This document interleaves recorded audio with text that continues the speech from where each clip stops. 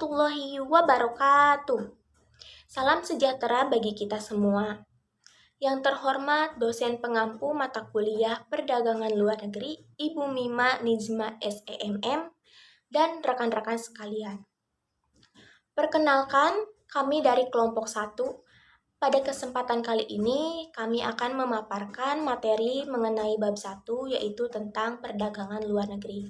Adapun cakupan materi yang akan kami paparkan diantaranya definisi perdagangan luar negeri, ruang lingkup perdagangan luar negeri, latar belakang perdagangan luar negeri, dan teori perdagangan luar negeri.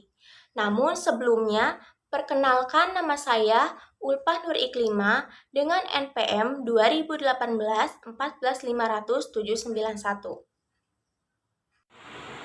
Perkenalkan, nama saya Maulia Agustin, NPM 2018-14500-785. Perkenalkan, nama saya Akid Gama Pratama, saya dari kelas R7J, NPM saya 2018-14500-819.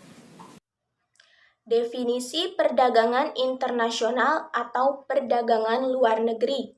Perdagangan internasional adalah kegiatan perekonomian dan perdagangan yang dilakukan oleh penduduk suatu negara dengan penduduk negara lain atas dasar kesepakatan bersama. Penduduk yang dimaksud dapat berupa, yaitu yang pertama antar perorangan, yaitu individu dengan individu. Yang kedua yaitu antar individu dengan pemerintah suatu negara, dan yang ketiga pemerintah suatu negara dengan pemerintah negara lain. Adapun tujuan yang paling utama dengan adanya perdagangan luar negeri ini adalah untuk memenuhi kebutuhan di suatu negara yang tidak tersedia di negara tersebut, namun kebutuhannya terdapat di negara lain. Nah, hal ini terjadi atas dasar kebutuhan oleh kedua belah pihak yang melakukan perdagangan yang akan sama-sama mendapatkan keuntungan. Di dalam suatu masyarakat, dalam sebuah negara, tentunya membutuhkan barang maupun jasa yang tidak ada di negara yang ditinggalinya. Dengan adanya perdagangan luar negeri ini atau perdagangan internasional ini, tentunya akan memperlancar pemenuhan kebutuhan untuk warga di masing-masing negara yang melakukan perdagangan ini.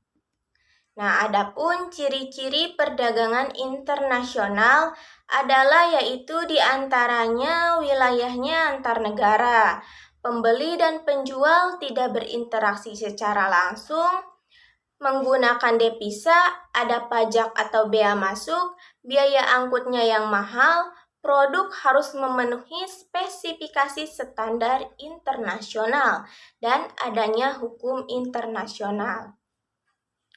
Ada banyak sekali ahli yang mengemukakan pendapatnya mengenai perdagangan internasional atau perdagangan luar negeri.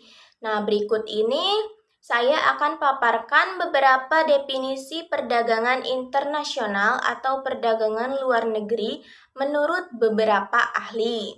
Yang pertama ada definisi perdagangan internasional menurut Huala Adolf. Huala Adolf mendefinisikan perdagangan internasional atau international trade sebagai aktivitas tukar-menukar atau jual-beli antar negara sebagai upaya mendapatkan manfaat ataupun keuntungan. Selanjutnya, definisi perdagangan internasional menurut Setiawan dan Lestari. Perdagangan internasional adalah perdagangan yang dilakukan oleh penduduk suatu negara dengan penduduk negara lain atas dasar kesepakatan bersama. Nah, penduduk yang dimaksud dapat berupa antar perorangan, antar individu dengan pemerintah suatu negara, ataupun pemerintah suatu negara dengan pemerintah negara lain. Tentu saja perdagangan berlangsung dengan negara yang bersedia bekerja sama dan menjalin hubungan dengan negara tersebut.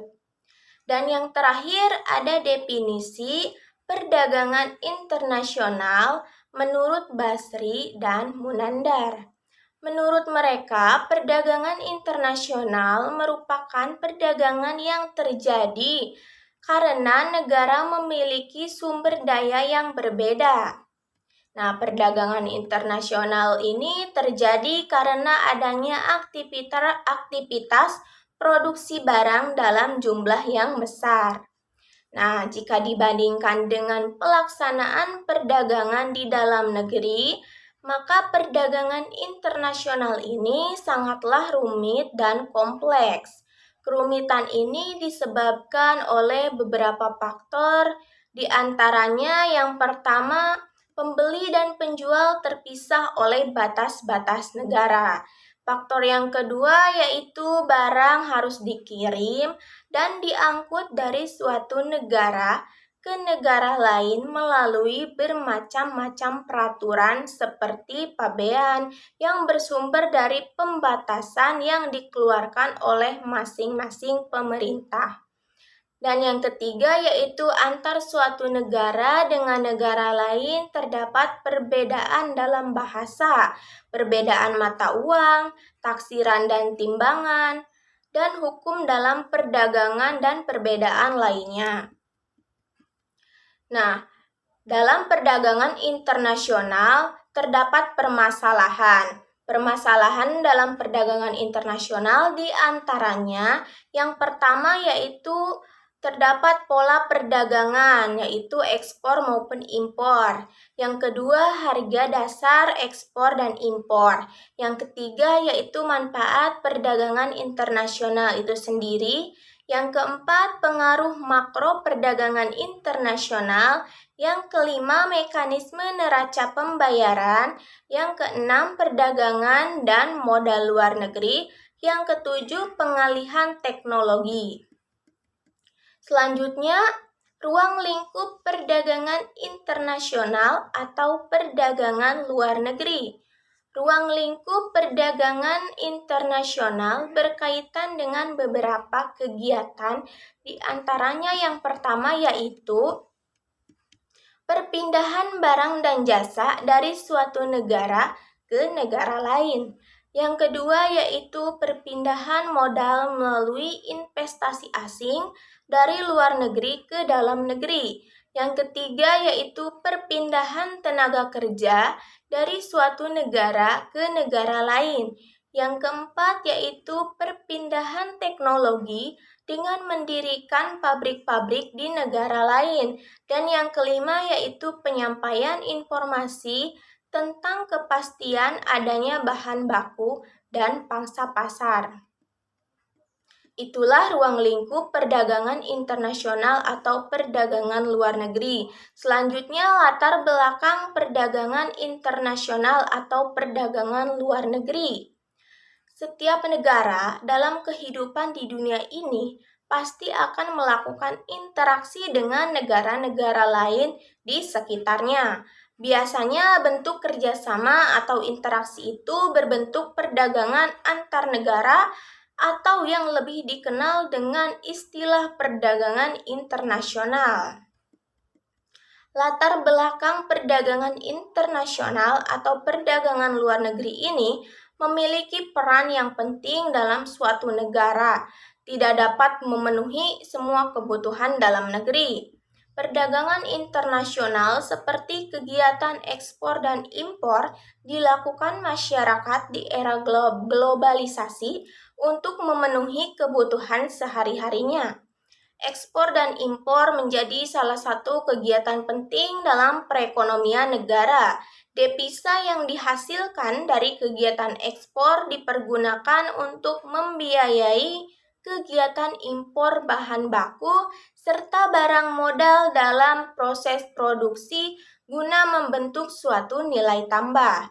Dengan adanya perdagangan internasional, maka setiap negara yang ada di dunia dapat melakukan pertukaran sumber daya yang dimiliki oleh masing-masing negara dengan tujuan agar tidak terdapat kelebihan ataupun kekurangan sumber daya di masing-masing negara di dunia. Nah, berikut ini beberapa alasan yang menyebabkan terjadinya perdagangan internasional antara lain. Yang pertama, revolusi informasi dan transportasi ditandai dengan berkembangnya era informasi teknologi, pemakaian sistem berbasis komputer, serta kemajuan dalam bidang informasi, penggunaan satelit, serta digitalisasi pemrosesan data, berkembangnya peralatan komunikasi, serta masih banyak lagi. Yang kedua yaitu interdependensi, kebutuhan masing-masing negara memiliki keunggulan serta kelebihan di masing-masing aspek. Biasanya ditinjau dari sumber daya alam, manusia, serta teknologi. Kesemuanya itu akan berdampak pada ketergantungan antar negara yang satu dengan yang lainnya. Yang ketiga yaitu liberalisasi ekonomi. Kebebasan dalam melakukan transaksi serta melakukan kerjasama memiliki implikasi bahwa masing-masing negara akan mencari peluang dengan berinteraksi melalui perdagangan antar negara. Yang keempat yaitu asas keunggulan komparatif, keunikan suatu negara tercermin dari apa yang dimiliki oleh negara tersebut yang tidak dimiliki oleh negara lain. Hal ini akan membuat negara memiliki keunggulan yang dapat diandalkan sebagai sumber pendapatan bagi negara tersebut. Yang kelima yaitu kebutuhan devisa. Perdagangan internasional juga dipengaruhi oleh faktor kebutuhan akan devisa suatu negara. Dalam pemenuhan segala kebutuhannya, setiap negara harus memiliki cadangan devisa yang digunakan dalam melakukan pembangunan. Salah satu sumber devisa adalah pemasukan dari perdagangan internasional. Yang keenam yaitu adanya perbedaan selera akan memungkinkan suatu negara melakukan perdagangannya. Misalnya negara X dengan negara Y sama-sama menghasilkan daging sapi dan daging ayam dengan jumlah yang hampir sama. Penduduk negara X tidak menyukai daging sapi, sedangkan penduduk negara Y tidak menyukai daging ayam. Maka dapat menjadi ekspor yang saling menguntungkan di antara kedua negara tersebut. Nah, dengan cara negara X mengimpor daging ayam dan mengekspor daging sapi, sebaliknya negara Y mengimpor daging sapi dan mengekspor daging ayam. Yang ketujuh, adanya keanekaragaman kondisi produksi perdagangan diperlukan karena adanya keanekaragaman kondisi produksi di setiap negara. Dan yang kedelapan, perbedaan kebudayaan dan gaya hidup. Perbedaan kebudayaan dan gaya hidup di masing-masing negara juga dapat mendorong terjadinya perdagangan antar negara. Di sini saya akan menjelaskan mengenai teori perdagangan luar negeri atau internasional. Teori perdagangan internasional ini terbagi menjadi 4. Yang pertama, teori ekonomi merkantilisme, teori keunggulan absolut, teori keunggulan komparatif, dan teori Hedge-Olin atau biasa disebut dengan HO. Di sini saya akan menjelaskan mengenai teori ekonomi merkantilisme. Merkantilisme berpandangan jika kekayaan suatu negara dihitung dengan emas dan perak. Teori ini beranggapan jika kegiatan ekspor harus dilakukan sesering mungkin dan kegiatan impor dilakukan seminim mungkin agar negara menjadi lebih kuat dan kaya. Merkantilisme ini memang membawa keuntungan bagi negara, namun juga mendatangkan kerugian dan penderitaan bagi negara penganutnya. Karena mereka mendapat kekayaan dengan menguras sumber daya yang murah. Selanjutnya saya akan menjelaskan mengenai teori keunggulan absolut. Jadi teori ini diperkenalkan oleh Adam Smith pada tahun 1937. Teori keunggulan absolut beranggapan jika kekayaan suatu negara akan makin bertambah seiring dengan adanya peningkatan keterampilan serta efisiensi tenaga kerja di bidang produksi. Adam Smith ini menjelaskan jika suatu negara dapat dikatakan memiliki keunggulan absolut jika negara tersebut memiliki spesialisasi dalam memproduksi komoditi. Jadi kata lainnya ini adalah produk yang dihasilkan harus berbeda dengan produksi negara lainnya. Pada teori keunggulan absolut dijelaskan bahwa perdagangan secara internasional akan memberikan keuntungan pada suatu negara dengan syarat melakukan produksi menetapkan harga lebih rendah dan dibandingkan dengan harga yang telah ditetapkan di negara lain. Misalnya, produksi negara A menentukan 5 sabun per jam, sementara itu di negara B 2 sabun per jam. Kemudian untuk sampo di negara A memproduksi 3 sampo per jam dan negara B 7 sampo per jam. Kenapa terjadi perbedaan? Karena di negara A terjadi efektivitas serta efisiensi produksi sabun, berbeda dengan negara B yang kurang efektif. Begitu sebaliknya untuk sampo, negara B lebih efektif. Dengan adanya perbedaan produksi dan efektivitas negara, maka bisa dilakukan pertukaran perdagangan secara internasional, yaitu dengan negara A membeli sampo negara B dan negara B membeli sampo dari negara A. Akan terjadi keuntungan untuk dua negara jika negara menjual sampo dan negara B menjual sabun. Selanjutnya di sini saya akan menjelaskan mengenai teori keunggulan komparatif. Jadi pada teori ini diperkenalkan oleh David Ricardo pada tahun 1971. Teori ini mengatakan jika perdagangan internasional bisa dilakukan asal negara tidak memiliki keunggulan absolut. David Ricardo ini beranggapan jika perdagangan internasional akan lebih menguntungkan jika negara hanya memiliki keunggulan komparatif dari segi harganya. Teori Hertz-Ohlin atau HO, teori ini lebih dikenal dengan the proportional factor theory. Teori ini dikemukakan oleh sejarawan ekonomi asal Swedia bernama Eli Heckscher dan Bertil Ohlin dan muridnya. Teori ini mengatakan jika negara yang memiliki faktor produksi tinggi dan biaya produksi murah akan cenderung melakukan ekspor dan spesialisasi produk. Sebaliknya, jika negara memiliki faktor produksi langka dan biaya produksi mahal akan cenderung melakukan impor dari negara lain. Adanya teori keunggulan komparatif yaitu suatu negara tidak mempunyai keunggulan secara absolut pada produksi barang. Pada suatu negara bisa melakukan perdagangan secara internasional yaitu memilih barang yang paling efektif dan efisien untuk proses produksi. Pada contoh ini misalnya bahwa di negara A memproduksi sabun bisa 5 jam, 5 sabun per jam.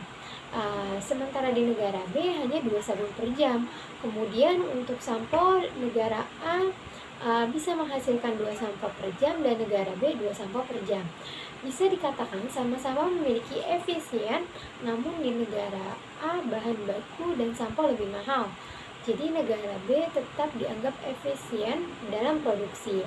Maka dengan kejadian tersebut bisa dilakukan pertukaran perdagangan dengan negara A memproduksi sabun sementara itu negara B memproduksi sampo, sehingga menjadi efektif dan efisien dalam produksi dan penjualan internasional guna mendapatkan keuntungan.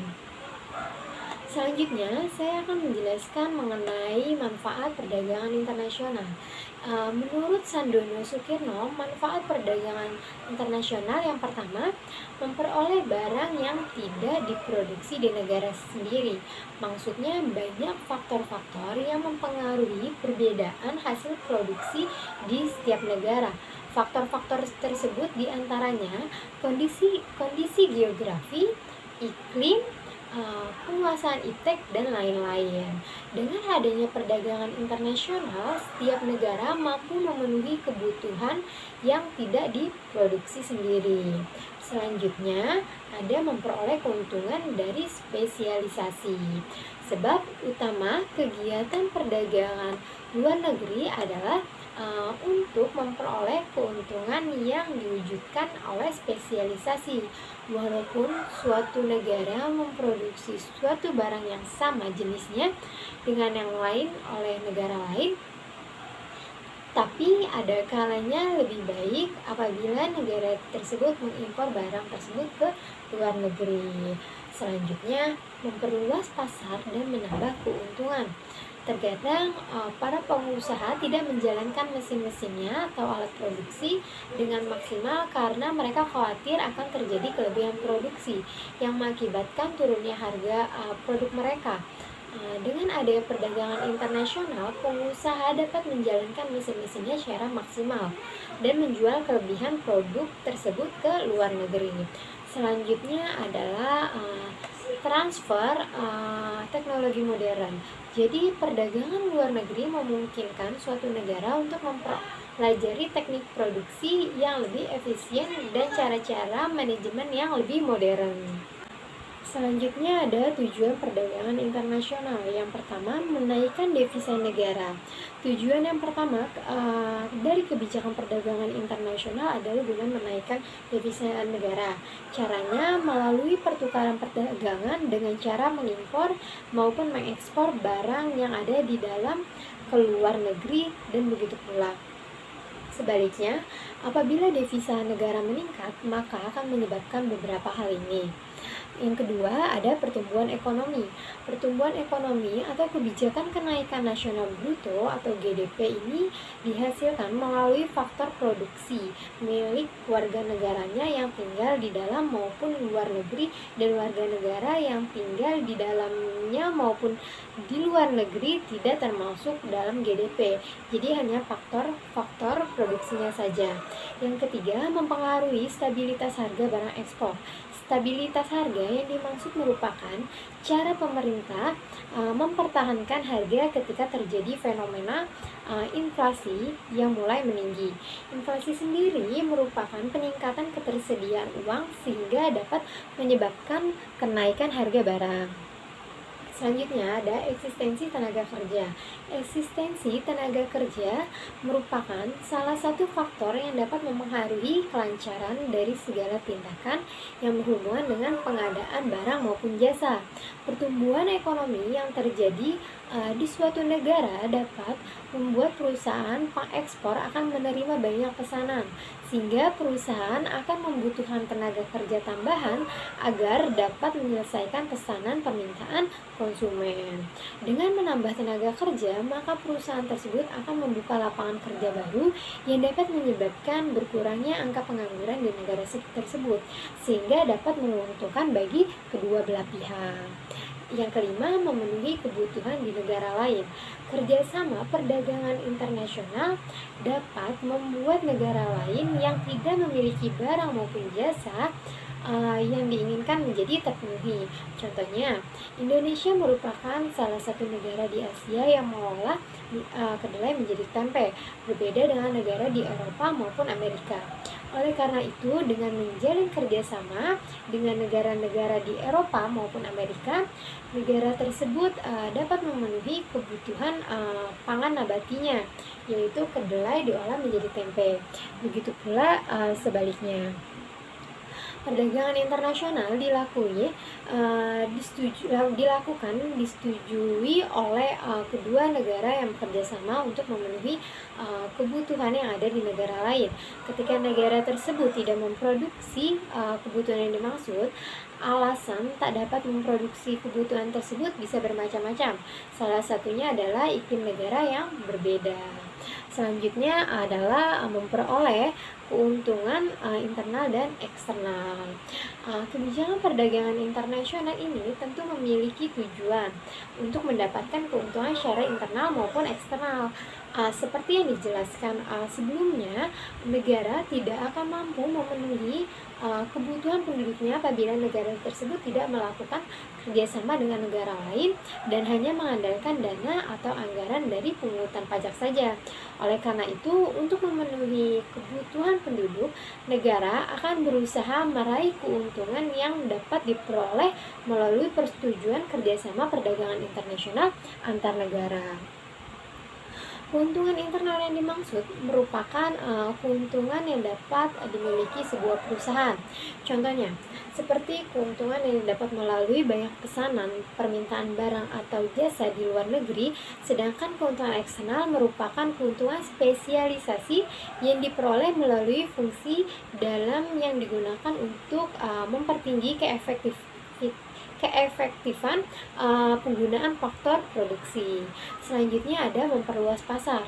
Tujuan dari perdagangan internasional selanjutnya adalah untuk memperluas pasar. Perdagangan internasional memiliki tujuan agar sebuah perusahaan yang ada di dalam negara dapat menjalankan mesin produksinya secara maksimal dan dapat menjadi stok produknya tanpa perlu mengkhawatirkan kelebihan produksi yang dapat mengakibatkan turunnya harga produk maupun jasa yang dijual. Dan yang terakhir ada transfer teknologi modern. Perdagangan internasional juga dilakukan demi memperoleh keuntungan dalam hal teknologi modern yang tidak bisa atau belum diproduksi atau diperoleh dari dalam negeri, sehingga membutuhkan kerjasama dengan pihak luar. Faktor pendorong. Banyak faktor yang mendorong suatu negara melakukan perdagangan internasional. Di antaranya sebagai berikut. 1. Faktor alam atau potensi alam. 2. Untuk memenuhi kebutuhan barang dan jasa dalam negeri. 3. Keinginan memperoleh keuntungan dan meningkatkan pendapatan negara. 4. Adanya perbedaan kemampuan penguasaan ilmu, pengetahuan, dan teknologi dalam mengolah sumber daya ekonomi. Dan yang kelima, adanya kelebihan produk dalam negeri sehingga perlu pasar baru untuk menjual produk tersebut. Dan yang keenam, adanya perbedaan keadaan seperti sumber daya alam, iklim, tenaga kerja, budaya, dan jumlah penduduk yang menyebabkan adanya perbedaan hasil produksi dan adanya keterbatasan produksi. Dan yang ketujuh, adanya kesamaan selera terhadap suatu barang. Dan yang kedelapan, keinginan membuka kerjasama, hubungan politik dan dukungan dari negara lain. Dan yang terakhir, kesembilan, terjadinya era globalisasi sehingga tidak satu negara pun di dunia dapat hidup sendiri. Perdagangan internasional bukan hanya bermanfaat di bidang ekonomi saja. Manfaatnya di bidang lain pada masa globalisasi ini juga semakin terasa. Bidang itu antara lain politik, sosial, pertahanan, keamanan. Di bidang ekonomi, perdagangan internasional dilakukan semua negara untuk memenuhi kebutuhan rakyatnya. Negara dapat diibaratkan manusia. Tidak ada manusia yang bisa hidup sendiri tanpa bantuan orang lain. Begitu juga dengan negara. Tidak ada negara yang bisa bertahan tanpa kerjasama dengan negara lain. Negara yang dahulu menutup diri dari perdagangan internasional, sekarang sudah membuka pasarnya. Misalnya Rusia, Cina, Vietnam. Perdagangan internasional juga memiliki fungsi sosial. Misalnya, ketika harga bahan pangan dunia sangat tinggi, negara-negara penghasil beras berupaya untuk dapat mengekspornya. Di samping memperoleh keuntungan, ekspor di sini juga berfungsi secara sosial. Jika krisis pangan dunia terjadi, maka bisa berakibat pada krisis ekonomi. Akibat berantainya akan melanda ke semua negara. Pada era globalisasi ini, banyak yang muncul perusahaan multinasional. Perusahaan seperti ini sahamnya dimiliki oleh beberapa orang dari beberapa negara. Misalnya, saham Telkomsel dimiliki oleh beberapa orang dari Indonesia dan Singapura. Perusahaan multinasional seperti ini dapat mempererat hubungan sosial antara bangsa. Di dalamnya banyak orang dari berbagai negara saling bekerja sama. Maka terjadilah persahabatan di antara mereka. Perdagangan internasional juga bermanfaat di bidang politik. Perdagangan antara negara bisa mempererat hubungan politik antara negara. Sebaliknya, hubungan politik juga bisa mempererat hubungan dagang. Perdagangan internasional juga berfungsi untuk pertahanan dan keamanan. Misalnya, suatu negara non-nuklir mau mengembangkan senjata nuklir. Negara ini dapat ditekan dengan dikenai sanksi ekonomi. Artinya, negara lain tidak diperbolehkan menjalin hubungan dagang dengan negara tersebut. Biasanya, upaya seperti ini harus dengan persetujuan PBB. Hal ini dilakukan demi terciptanya keamanan dunia. Perdagangan internasional juga terkait dengan pertahanan suatu negara. Setiap negara tentu membutuhkan senjata untuk pertahanannya di wilayahnya. Padahal tidak semua negara mampu memproduksi senjata. Maka diperlukan impor senjata untuk mencegah perdagangan barang-barang yang membahayakan. Diperlukan kerjasama internasional. Barang yang membahayakan tersebut, misalnya senjata gelap, obat-obatan terlarang, hewan langka, ternak yang membawa penyakit menular, dan sebagainya. Untuk kepentingan inilah pemerintah semua negara memiliki bea cukai. Instansi ini dibentuk pemerintah suatu negara untuk memeriksa barang dan bagasi ketika memasuki suatu negara.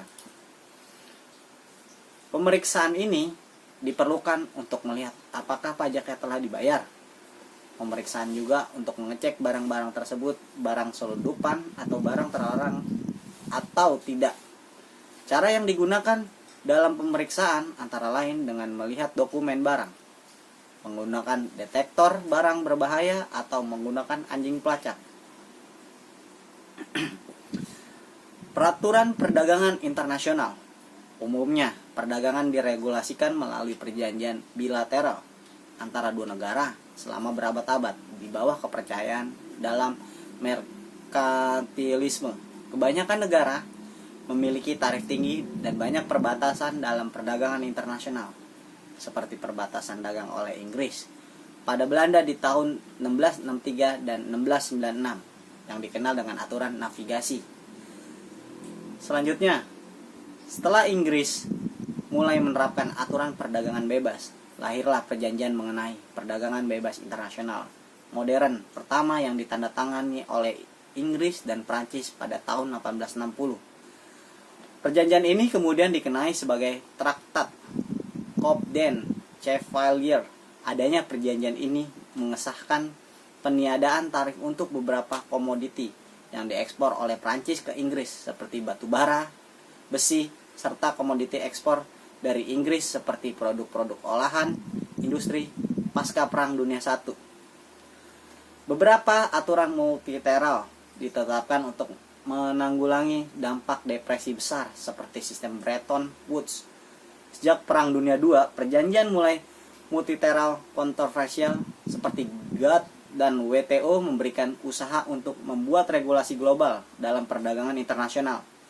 Kesepakatan perdagangan tersebut kadang-kadang berujung pada protes dan ketidakpuasan dengan klaim dari perdagangan yang tidak adil, yang tidak menguntungkan secara mutual.